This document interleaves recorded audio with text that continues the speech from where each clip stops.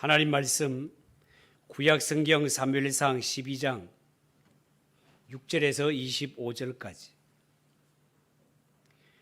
구약성경 424쪽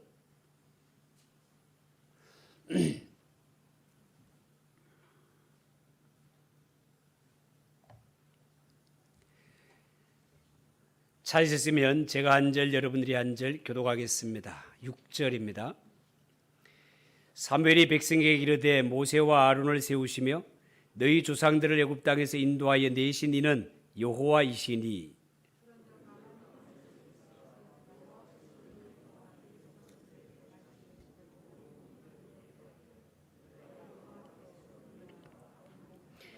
야곱이 애굽에 들어간 후 너희 조상들이 여호와께 부르짖음에 여호와께서 모세와 아론을 보내사 그 두 사람으로 너희 조상들을 애굽에서 인도해 내어 이곳에 살게 하였으나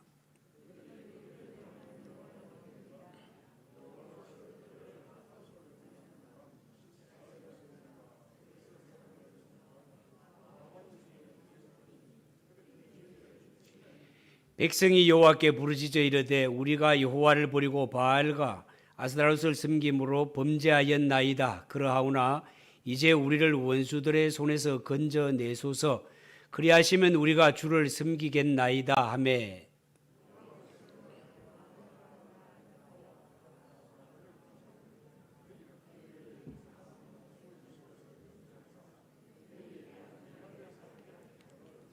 너희가 암몬 자손의 왕 나하스가 너희를 치러옴을 보고 너희 하나님 여호와께서는 너희의 왕이 되심에도 불구하고 너희가 내게 이르기를 아니라 우리를 다스릴 왕이 있어야 하겠다 하였도다.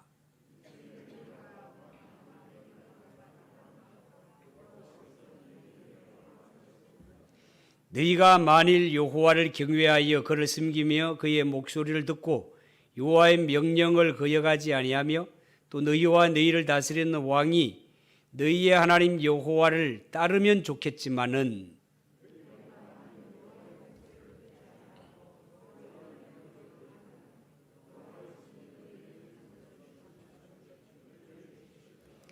너희는 이제 가만히 있어서 여호와께서 너희 목전에서 행하시는 이 큰 일을 보라.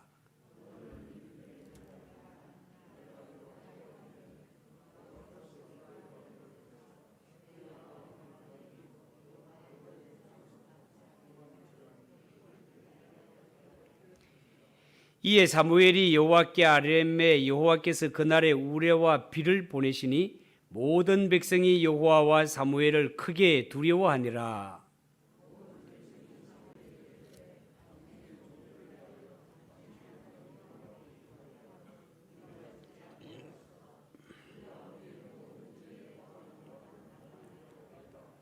사무엘이 백성에게 이르되 두려워하지 말라. 너희가 과연 이 모든 악을 행하였으나 여호와를 따르는 데에서 돌아서지 말고 오직 너희의 마음을 다하여 여호와를 섬기라.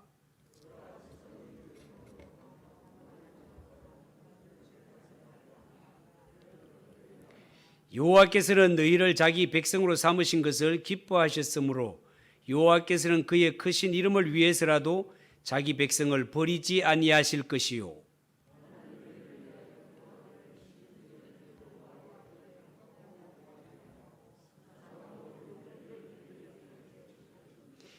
너희는 여호와께서 너희를 위하여 행하신 그 큰일을 생각하여 오직 그를 경외하며 너희 마음을 다하여 진실이 섬기라.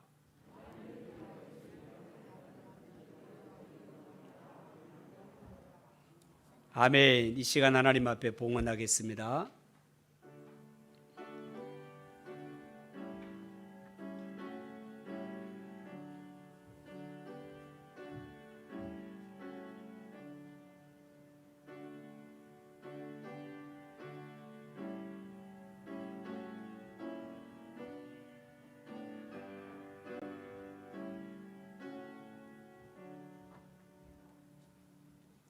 기도하겠습니다. 하나님 아버지 은혜를 감사합니다. 저희들 이처럼 사랑하셔서 주의 날이 사람의 날이 아니라 하나님의 날인 줄 알고 주님 앞에 나와 예배를 드리게 하시며 이 시간 정성을 다하여 하나님 앞에 예물을 드리게 하심을 감사합니다. 열의 하나를 드린 손길마다 기억하셔서 이 손으로는 범사가 잘 되며 말씀에 약속하신 것이 삶의 현장에 그대로 이루어지도록 은혜 내려 주시옵소서. 감사할 일들 잊지 아니하고 하나님께 감사하는 이 손길들을 기억하셔서 사는 날 동안 감사한 일들이 더욱더 많아지게 하시고 점점 더 좋은 일들이 많이 일어나도록 은혜 내려 주시옵소서. 주일헌금을 드립니다. 선교예물을 드립니다. 구제헌금을 드립니다. 성미를 드리며 여러 가지 섬김과 봉사를 드립니다. 하나님 받아주시고 저들의 마음의 소원대로 믿음대로 그대로 이루어지도록 은혜 내려 주시옵소서. 예수님의 이름으로 기도하옵나이다. 아멘.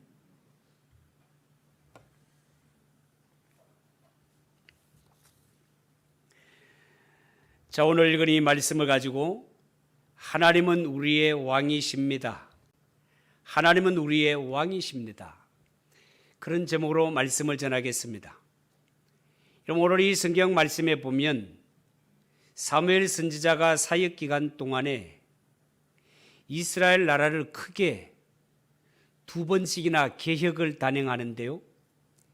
첫 번째 개혁은 사무엘 7장에 나타난 우리가 너무나 잘 아는 미스바 개혁 운동이 되겠습니다.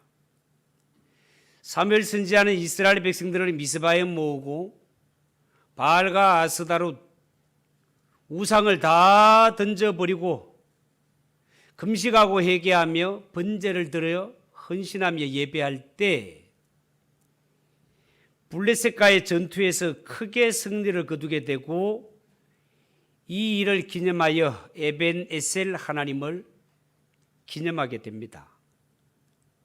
두 번째 개혁은 오늘 본문에 나오는 길갈에서의 개혁 운동인데요. 여러분, 개혁이라는 말은 하나님의 백성들이 뭔가 방향을 잘못 잡고 잘못된 길을 가고 있어 하나님 앞에 죄를 짓고 있을 때 이 죄를 회개하고 방향을 돌이켜 하나님께 돌아오는 것을 개혁이라고 합니다. 그래서 종교개혁은요, 당시에 면죄부를 판매하며 복음의 본질을 흐려놓았던 중세교회의 죄를 회개하고 돌이켜서 믿음으로 말미암는 사람은 믿음으로 말미암아 의롭게 된다는 이신칭의의 교리를 주창하고 오늘날 계신 교회를 탄생시킨 것을 우리는 잘 알고 있습니다. 자, 그러면 오늘 이 성경에 나오는 사건이 사무엘 선지자가 이스라엘 백성들 두 번째 개혁 운동을 일으키는 것이라고 했는데, 개혁을 하기 전에는 이스라엘 사회가 뭔가 잘못되고 있었다는 것 아닙니까? 그러면 두 번째 개혁이 일어나도록 이스라엘 사회가 부패하고 잘못된 사건이 뭔가? 그것은 다름 아니라 이스라엘 백성들이 하나님 앞에 하나님, 우리도 이방 나라들처럼 인간 왕을 세워주세요, 우리에게도 인간 왕을 세워주세요 라고 요구를 했고, 그 요구를 하나님께서 기뻐하지 않으셨다는 겁니다. 왜냐하면 이스라엘은 하나님이 친히 왕이셨기 때문에 그렇습니다. 하나님이 이스라엘 백성들을 애굽에서 구원하셨고, 하나님이 이스라엘 백성들을 40년 광야 생활 책임져 주셨고, 하나님이 이스라엘 백성들 가나안 땅, 은혜의 땅에 들어가게 살 수 있도록 그들에게 이 땅을 선물하신 자가 하나님 아니십니까? 그렇다면 하나님이 이스라엘 백성들 가운데 진정한 왕이시거늘 이스라엘 백성들은 하나님의 은혜를 저버리고 하나님이 우리의 왕 되심을 불편하게 여겨 우리에게도 이방 나라들처럼 인간 왕을 세워주세요, 인간 왕을 세워주세요 요구했다는 겁니다. 이것은 하나님도 기뻐하지 않으셨고 사무엘 선지자도 기뻐하지 않았습니다. 그래서 사무엘상 8장 7절 이하에 보면 이런 말씀이 있어요. 여호와께서 사무엘에게 이르시되 백성이 네게 한 말을 다 들으라. 이는 그들이 너를 버림이 아니요 나를 버려 자기들의 왕이 되지 못하게 함이니라. 그러므로 그들의 말을 듣되 너는 그들에게 엄히 경고하고 그들을 다스릴 왕의 제도를 가르치라. 자, 이런 말이 있습니다. 이 말씀을 듣고 사무엘 선지자는 이스라엘 백성들에게 왕 제도가 안고 있는 폐단을 말해주면서 경고하지만 이스라엘 백성들은 고집을 꺾지 않습니다. 그래도 우리에게 인간왕을 세워주세요. 그래도 우리에게 인간왕을 세워주세요. 막 고집에 고집을 부리다가 결국은 하나님께서 그들에게 인간왕을 세워주게 됩니다. 그러니까 이스라엘의 인간왕이 세워진 것은 하나님의 선한 뜻에 의해서 되어진 일이 아니라 고집불통, 인간의 고집이 낳은 결과가 인간왕의 제도였습니다.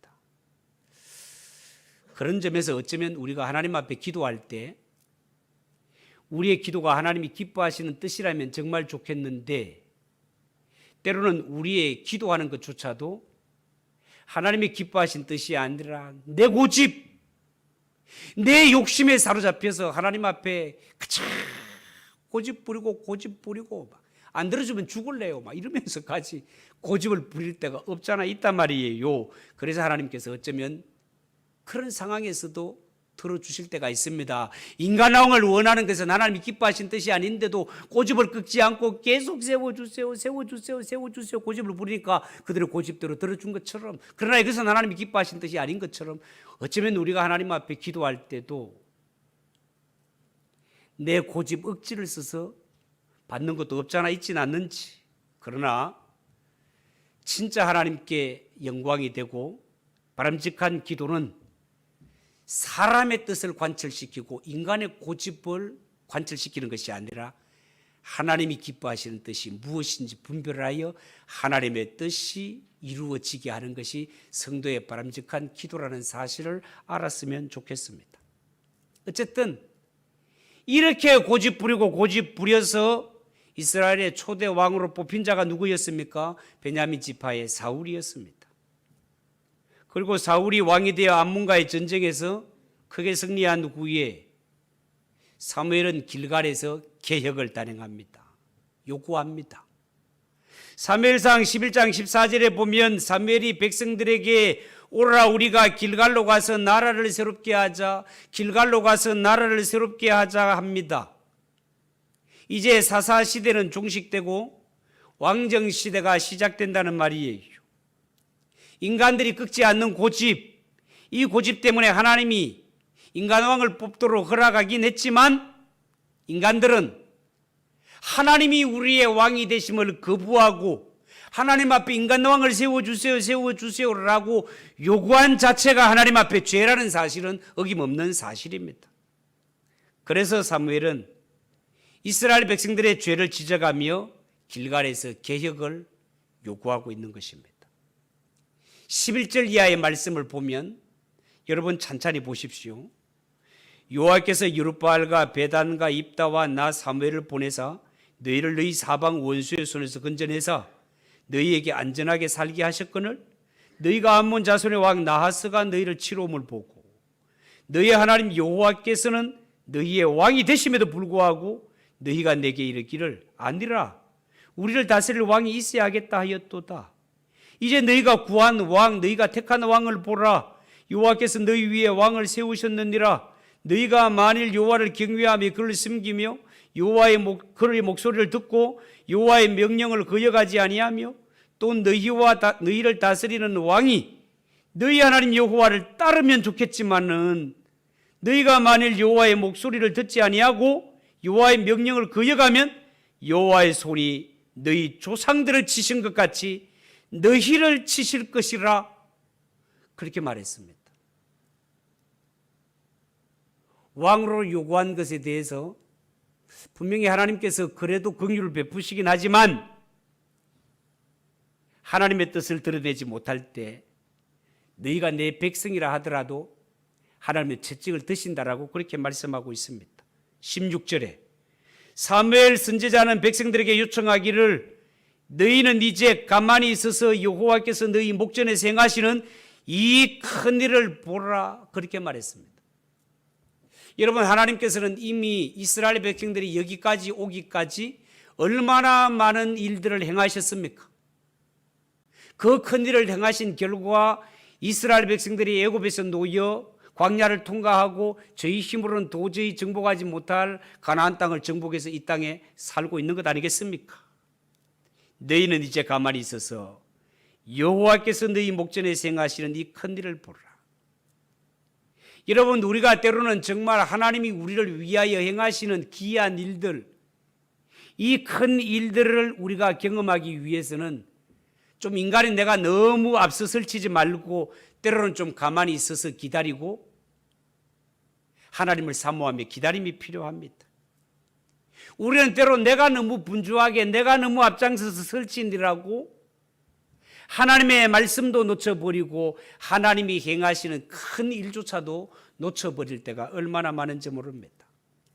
특히 이 말씀을 주실 때는 오늘 성경에 보면 17절에 보면 밀을 베는 추수 때였다고 합니다. 여러분, 이스라엘 나라는 비가 많이 오는 나라가 아니에요.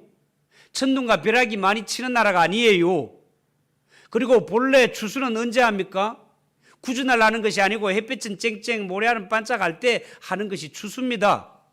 그런데 사무엘 선지자는요, 이스라엘 백성들이 하나님 앞에 하나님이 나의 왕이 아니라 인간 왕을 세워달라고 요구하는 것 자체가 얼마나 잘못되고 얼마나 큰 죄인가를 알게 하기 위해서 지금은 비가 내릴 때도 아니고 지금은 천둥과 벼락을 때릴 때가 아님에도 불구하고 하나님 앞에 하나님 지금 우레와 비를 내려주세요 라고 기도하겠다는 것입니다.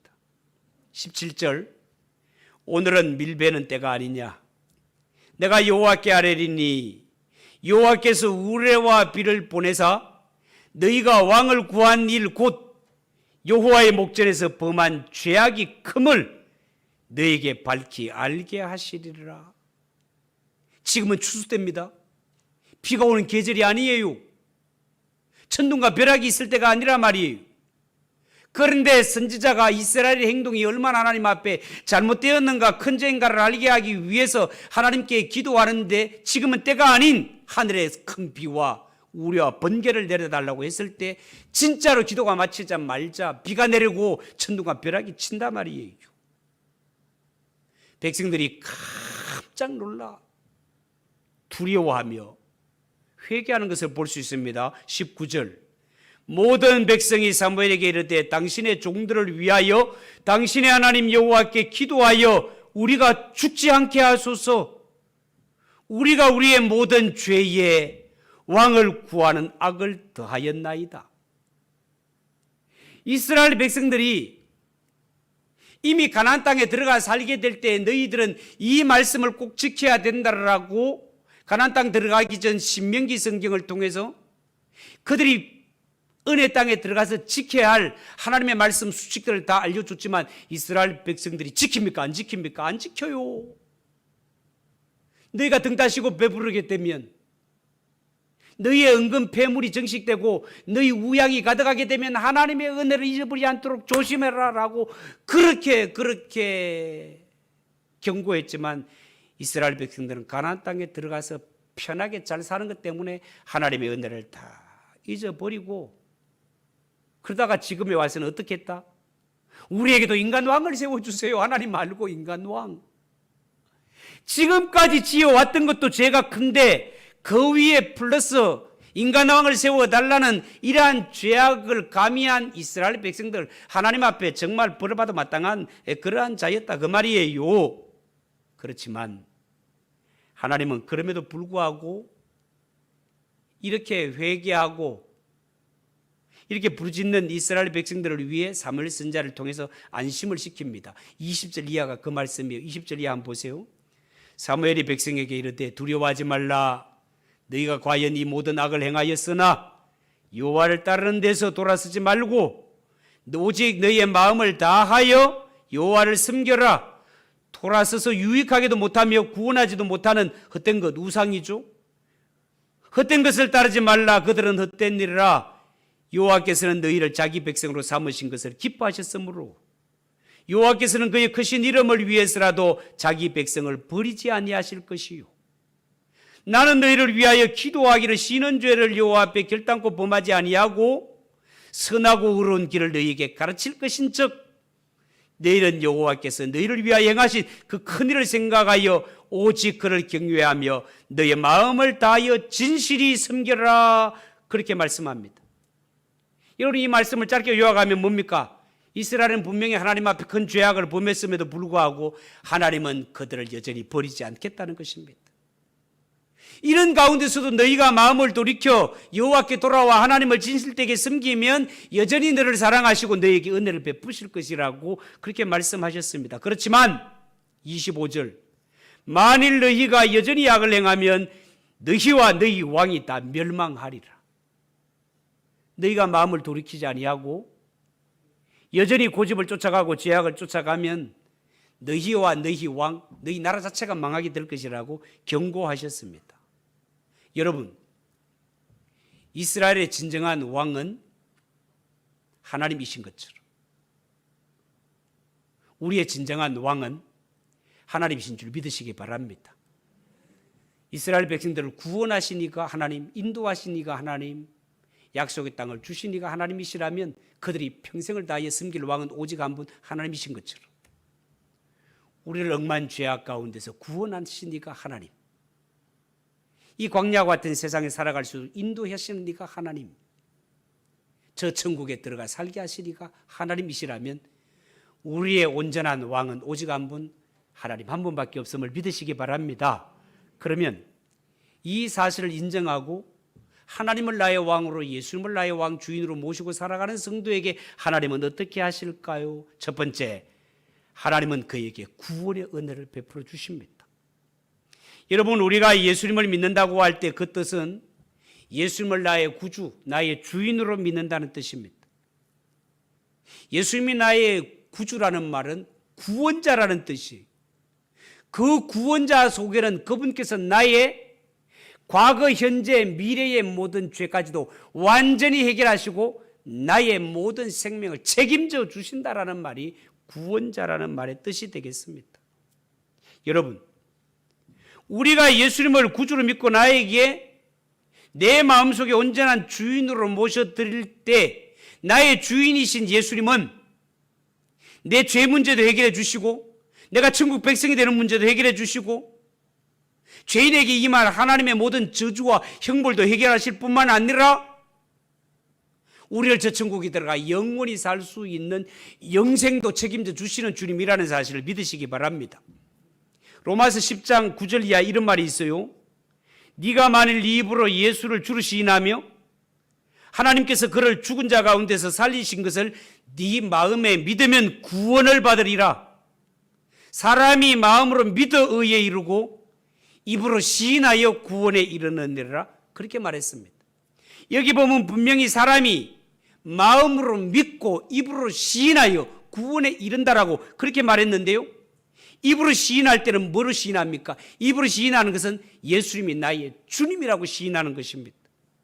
그리고 마음에는 무엇으로 믿는다고요? 마음에 예수님이 죽었다가 다시 사신 것을 믿는 자, 예수님의 부활을 믿는 자, 그가 구원에 이르게 하신다는 겁니다. 여러분, 예수 믿는 성도에게 있어서 부활의 믿음이 이만큼이나 중요한 거예요. 왜 예수님의 부활을 믿는 것이 중요합니까? 예수님이 죽었다가 다시 사셨다는 것을 믿는 것이 중요합니까? 그것은요, 예수님의 부활이 사실이 아니면 우리의 믿음부터 죄사함과 천국 가는 것과 영생 얻는 모든 것이 다 헛된 것이기 때문에 그렇습니다. 바꾸고 말해서 예수님이 죽었다 사신 부활이 사실이라면 우리의 믿음이 헛되지 않고 복된 것 사실이다 말입니다. 예수님의 부활이 사실이면 예수 믿으면 어떤 죄도 사함받는다, 해결된다, 사실이라는 것입니다. 예수님의 부활이 사실이라면 나는 죽었다 깨도 천국 갈 수 없는 자인데 예수님의 다시 살아나심 때문에 천국 길이 열린다는 것도 사실이다. 그 말입니다, 여러분. 범죄한 아담이 생명나고 나가는 길이 차단된 것처럼 죄 때문에 천국과 영생하고는 완전히 끝나버린 나일지라도 예수님이 죽었다가 사신 것이 사실이라면 내 앞에 생명나무로 천국으로 영생으로 나가는 길이 열려 있다는 것도 사실이다. 그 말입니다, 여러분. 예수님이 죽었다 사심을 믿습니까? 예수님이 부활하셨다는 사실을 믿습니까? 이 자를 위해서 구원이 준비되어 있다. 그 말입니다, 여러분. 예수님의 제자들이 예수님과 3년 동안 살면서 수많은 말씀과 수많은 기적을 보았지만 그들이 예수님을 잘 믿지를 않습니다. 예수님이 하나님의 아들이시오 하나님이라는 사실을 알지 못합니다. 믿지를 못합니다. 그러니까 예수님께서 그러면 내가 너희에게 한 가지 보일 것은 나 죽거든 어떻게 되는지 보라. 내가 십자가에 못 박혀 죽을 것이다. 그런데 내 죽고 사흘 만에 다시 살아날 것이다. 내 죽어 사흘 만에 다시 살아나는 것을 보거든 내가 하나님의 아들이요 하나님이라는 사실을 믿으라고 예수님께서는 죽기 전 3번씩이나 예수님의 제자들에게 부활에 관한 말씀을 하였습니다마는 제자들은 믿지를 않아요. 그래서 제자들이 한 일이 뭡니까? 예수님이 십자가에 못 박혀 죽으니까 뿔뿔이 다 흩어지고 옛날 직장 찾아 다 가버렸습니다.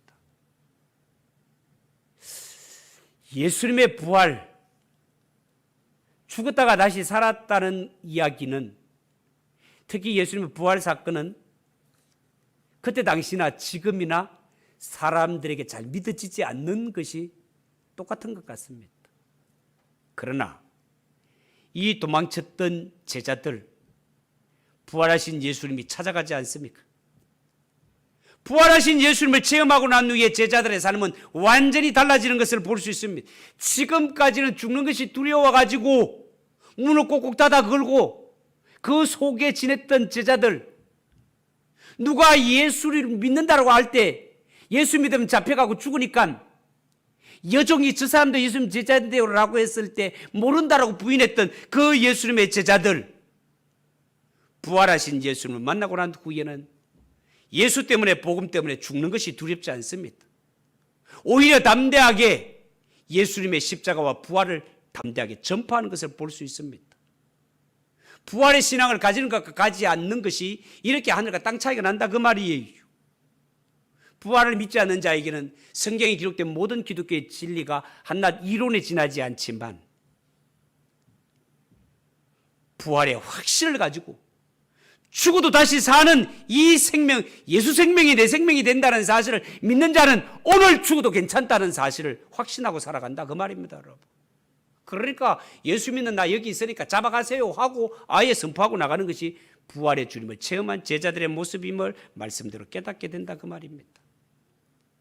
이렇게 성경대로 부활하신 예수님에게 하나님 아버지께서 하신 일이 뭡니까? 모든 이름 위에 뛰어난 이름을 주어서 모든 입이 그로 하여금 추라칭하게 하십니다. 빌립보서 2장 9절 이하에 이런 말씀이 있어요.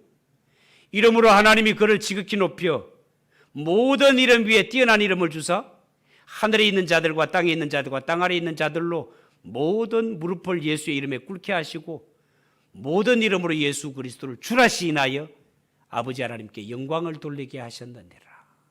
그렇게 말씀하시는 거예요. 여러분, 예수를 믿을 때 예수님이 나의 구주, 예수님이 나의 왕으로 믿고 입으로 시인하는 자에게 하나님은 구원을 선물로 주신다는 사실을 믿으시기 바랍니다. 두 번째, 우리가 하나님을 예수님을 나의 왕으로 모시고 섬길 때 하나님은 우리에게 안정과 평강을 주십니다. 여러분, 하나님이 친히 이스라엘의 왕이 되셨을 때, 이스라엘의 왕이 되시고 다스릴 때는요, 원수들이 백날 쳐들어와도 하나님께서 하늘에 번개를 때려서라도 땅이 막 지진이 나서라도 그들을 삼켜버리는 것을 볼 수 있습니다. 하나님이 대장이 되시는데 누가 감히 하나님께 대들 수가 있단 말이에요. 이스라엘 백성들이 애굽에서 고통당할 때 하나님께 부르짖자 하나님은 모세를 보내요.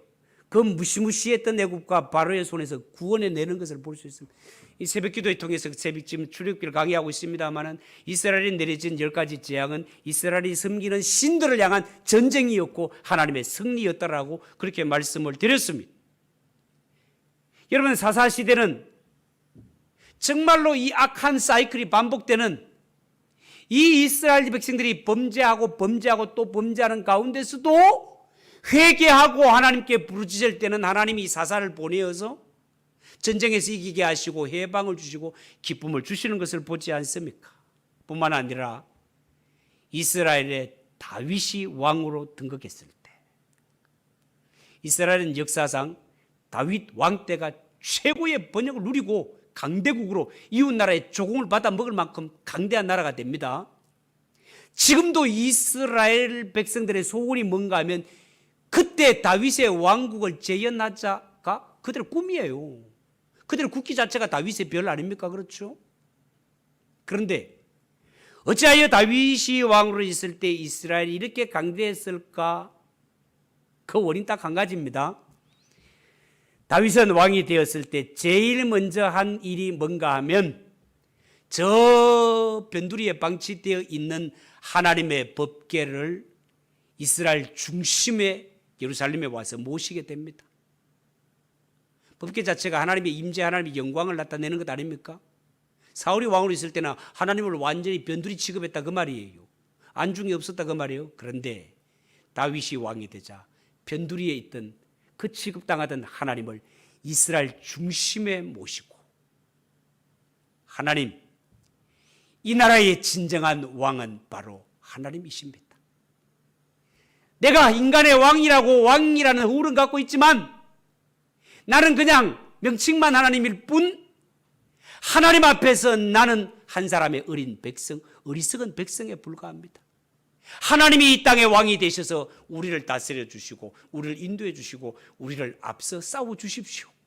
이것이 법궤를 예루살렘 중심에 모신 사건의 뜻이다 말이죠. 이런 겸손한 마음으로 하나님이 이 나라의 진정한 왕입니다를 고백한 다윗의 왕국이 가장 번영하고 부강한 나라가 되고 태평성대를 이루게 되었다는 사실이 우연일까요? 그렇지 않습니다.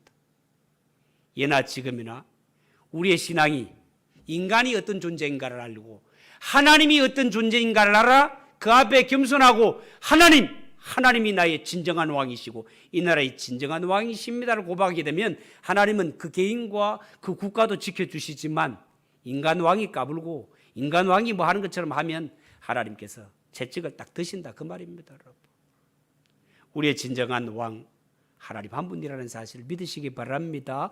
마지막으로 하나님을 왕으로 예수님을 주인으로 모시고 살아가는 사람, 하나님께서는 그에게 딱 한 분뿐인 이 삶을 정말 가치 있는 삶을 살도록 기쁨을 주시고 마지막에 상급을 주시는 하나님이십니다. 여러분, 창조주 하나님이 이 땅의 모든 피조물들을 지었을 때는 그 모든 피조물들에게 창조한 목적이 있는 것처럼 하나님이 우리 사람 인생을 지으신 것, 우리 인생에도 창조 목적이 있다 그 말입니다. 그렇다면 하나님께 지음받은 것들은 나를 지으신 하나님의 목적을 이루며 뜻을 따라 사는 것이 바람직하지 않겠습니까? 우리 인생을 지으신 이가 하나님이시라면 우리가 평소에 나를 향하신 하나님의 뜻을 깨달아 하나님의 뜻을 이루어드리며 사는 것이 인생의 본분이고 인생의 참된 모습이다 그 말입니다. 그렇지만 어리석은 인생들은 그저 하나님 앞에 내 인생은 나의 것, 내 인생은 나의 것인 줄 알고 어쨌든 인생은 아무에게도 제약을 받지 않고 그냥 새처럼 날아다니며 아무에게도 제약받지 않고 내 멋대로 살아가는 것이 행복인 줄 그렇게 생각하며 살아갑니다. 그러나 그것은 착각이다 말이에요. 가끔 텔레비전에 보면 우리나라가 정말 어려웠을 때 외국으로 입양되어져 간 아이들이 정말 많지 않습니까? 이러한 아이들이 외국에서 좋은 부모님을 만나 정상적인 교육을 받고 좋은 환경에서 자라서 지금 아주 자수성가한 그러한 어른들이 있어요. 이러한 분들이 그래도 자기의 뿌리를 찾아서 나를 낳아준 엄마가 누굴까를 찾기 위해서 고국을 방문해서 고아원을 다니면서 이리저리 자기가 어떻게 해서 그 땅까지 가게 되었는가 경로를 역추적해 가지고 엄마를 찾는 이런 모습들을 볼 수 있습니다. 이 말은요, 인간은 아무리 이 세상에 잘되고 뭔가 이룬 것 같아도 그 뿌리를 알지 못하면 그 마음의 허전함을 달랠 길 없다 그 말이에요. 인생도 마찬가지입니다. 이 짧은 인생 살고 가면서 이 땅에서 성공했다면 성공했고 가질 거 다 가졌다 하더라도 인생은 절대로 존재 원인인 창조주 하나님 앞에 서지 아니하고 하나님을 만나지 않으면 이 허전한 마음 달랠 길 없고, 하나님을 만나지 못한 심령, 예수님을 만나지 못한 심령은 마치 물이 말라버린 우물과 같다 그 말입니다. 우물에는 샘물이 있어야 되는데 샘물이 없는 우물 무슨 소용이 있습니까? 불 꺼진 난로 안고 없는 찐빵, 꺼떨어진 사르마다 뭐 그런 이야기예요. 사르마다 알아요? 하나님 없는 인생은 그런 지경이다 그 말이에요. 그렇다면 인생이 이 땅에 살면서 나를 창조하신 하나님의 뜻을 분별하는 것이 옳은데, 우리를 향하신 하나님의 선하신, 우리 개인을 향하신 하나님의 선하신 뜻이 뭘까요? 그것은 우리가 마음을 다하고 목숨을 다하고 뜻을 다하여 주 너의 하나님을 사랑하고 또한 너의 이웃을 네 몸과 같이 사랑하는 것이다라는 거예요. 위로는 하나님과 바른 관계를 맺고 이 세상에서 나 아닌 사람과 아름다운 복된 관계를 맺고 살아가는 것, 그것이 하나님이 우리에게 원하시는 하나님의 뜻이다 그 말이에요. 우리 힘으로 할 수 없다면 하나님께 엎드려 기도하면 그렇게 할 수 있도록 하나님이 힘과 은혜를 주시겠다는 거예요. 교회를 향하신 하나님의 뜻은 뭘까요? 교회를 향하신 하나님의 뜻은 오직 하나, 복음을 전하여 영혼을 살리며 한 영혼이라도 더 예수님 제자 만드는 것입니다. 우리가 전도를 해보면 전도가 쉽지 않습니다. 특히 이 코로나 시대에 전도를 하는 것 참 막막한 일이기도 합니다. 지난 수요밤에 설교를 말씀드렸지만 어쩌면 우리는 가장 내 가까이에 있는 사람 하나조차도 변화시킬 수 없는 연약한 자가 우리 자신 아닙니까? 예수 믿지 않는 남편, 예수 믿지 않는 아내를 두고 사는 사람들은 이 말에 실감이 갈 겁니다. 예수 믿지 않는 부모, 예수 믿는 자녀, 예수 믿지 않는 자녀, 예수 믿지 않는 친척, 예수 믿지 않는 주위의 친구, 직장 동료를 둔 사람들 같으면 이 말이 실감 날 것입니다. 내 주위에 친한 관계에 있는 사람 변화시키는 일이 쉬운 일입니까 여러분? 자식도 내 마음대로 안 돼요. 아무리 이 길이 선한 길이고 아무리 천국 가는 길이라 하더라도 지 안 가겠다고 버티는 걸 뭐 어떻게 하겠어요? 그렇지만 이런 때일수록 우리에게 꼭 필요한 마음이, 나는 정말로 아무것도 아니구나. 내 가장 가까이 있는 사람 하나 변화시킬 수 없는 게 나라는 존재구나. 내가 할 수 있는 일이 있다면 오직 전능하신 하나님 앞에 기도하는 것밖에 없구나 라는 마음을 갖고 하나님께 매달리는 것, 하나님이 기뻐하신다 그 말입니다. 그를 사랑하시고 그에게 은혜와 능력을 주시겠다 그 말이에요. 여러분, 현재 세계에서 제일 높은 산이 저 네팔의 히말라야 산막에 있는 높이 8,848m 에베레스트 산 아닙니까? 이 세상 사람들 중에는요, 그 산을 정복하기 위해 도전하는 사람도 많고 나섰다가 목숨을 잃는 사람도 많습니다. 그런데 일전에 영화관에 가서 저는 히말라야 영화를 본 적이 있습니다. 그 영화에 보면 우리나라 등반대가 에베레스트 정복하러 나섰다가 내려오는 길에 대원들 가운데 목숨을 잃는 자들이 있습니다. 나중에 등반대가 다시 조직되어서 날씨가 좀 풀리고 그때 얼음 속에 시신이 파묻혀 있는 이러한 것들이 날이 조금 따뜻해지고 녹으면 그 시신이 겉으로 드러나거든요. 이 시신을 수습하기 위해서 그때 같이 갔던 등반대가 세 팀을 등정해 가지고 올라가서 그 높은 산 꼭대기에서 시신을 수습해서 내려오는 게 이게 보통 일이 아니잖아요. 목숨 걸어야 되는 일이에요. 그런데 실제로 그렇게 했고 우리나라 방송국에서 그 사실을 중계했던 적도 있습니다. 여러분, 이미 목숨이 죽어 얼음 속에 꿍꿍 얼어 있는 그 시신을 수습하기 위해서 새로운 등반대가 조직되어서 그 높은 산에 오르며 그 시체를 수습하기 위해 사투를 벌이는 그 모습을 보아도 성공적으로 수습해 올 때 정말로 수고했다, 정말로 수고했다라고 박수를 보냈거늘 하물며 지금 살아있는 목숨, 살아있지만 이대로 두면 예수 몰라 영원한 지옥에 떨어질 이 심령들을 전도해서 하나님께 인도한다는 사실은 하나님이 얼마나 기뻐하는 일이겠냐 그 말이에요. 하나님께서는 이 영혼의 불쌍히 여기는 마음을 갖고 하나님께 엎드려 기도하는 자를 기뻐하시고 그들을 위해 은혜를 베푸시겠다는 것이 하나님이 우리에게 주시는 약속이다 그 말입니다.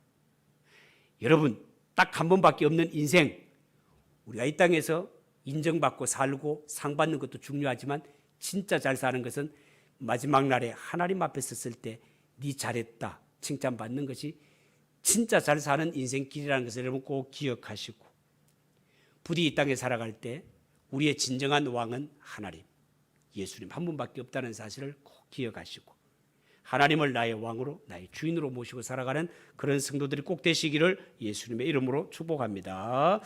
기도하겠습니다. 하나님 아버지, 이 시간 하나님은 우리의 왕이십니다. 말씀을 드렸습니다. 하나님, 이 말씀이 우리에게 잘 박힌 목과 같이 되어서 한 분뿐인 이 인생 살아갈 때 내 뜻대로 내 마음대로 살아가는 자가 되지 말게 하시고 하나님의 뜻을 분별하여 하나님 나의 왕이심을 인정하고 하나님의 뜻 이루며 살기를 원하는 우리 모든 성도들 되게 은혜 베풀어 주시옵소서. 예수님의 이름으로 기도하옵나이다. 아멘. 313장 찬송하겠습니다.